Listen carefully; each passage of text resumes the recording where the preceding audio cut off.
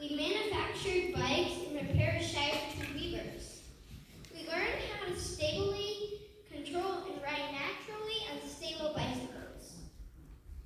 This prepared us for our flying career as we finally learned the complicated, entangled problems of lift, then control, and power in flight.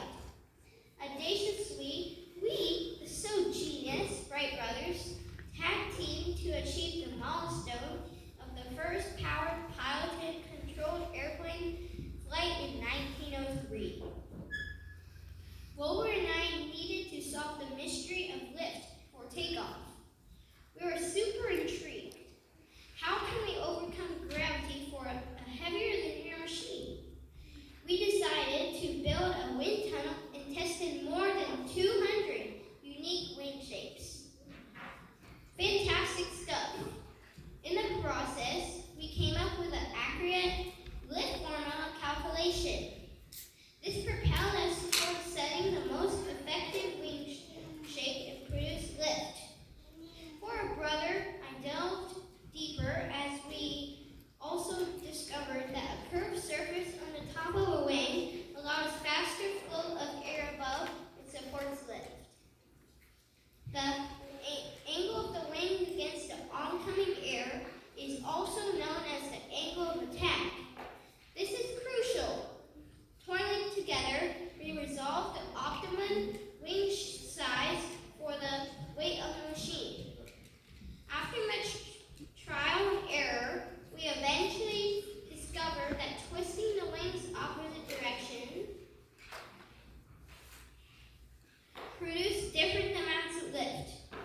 Dreaming of success, Wilbur and I adroitly figured out the wing shape, the angle, and the size to solve the problem of lift. My brilliant and hardworking brother Wilbur and I needed to solve the problem of lift control. Since we already enjoyed lift, we next needed to control a heavier-than-air machine. Once it was aloft, eagerly we detected that feathery acrobatic birds tilted their wings to ascend and descend, roll from side to side, and turn left and right. We had already addressed ascent and descent with our work on the wing. This is called pitch. By angling one wing above the other, we experience better control. When one wing goes down, the plane rotates that direction. This is called roll. Purposefully, we appended a controllable rudder which allows left and right turns. This is called yaw. Pitch, up. Let me show you. This is pitch, up and down. And roll and yaw.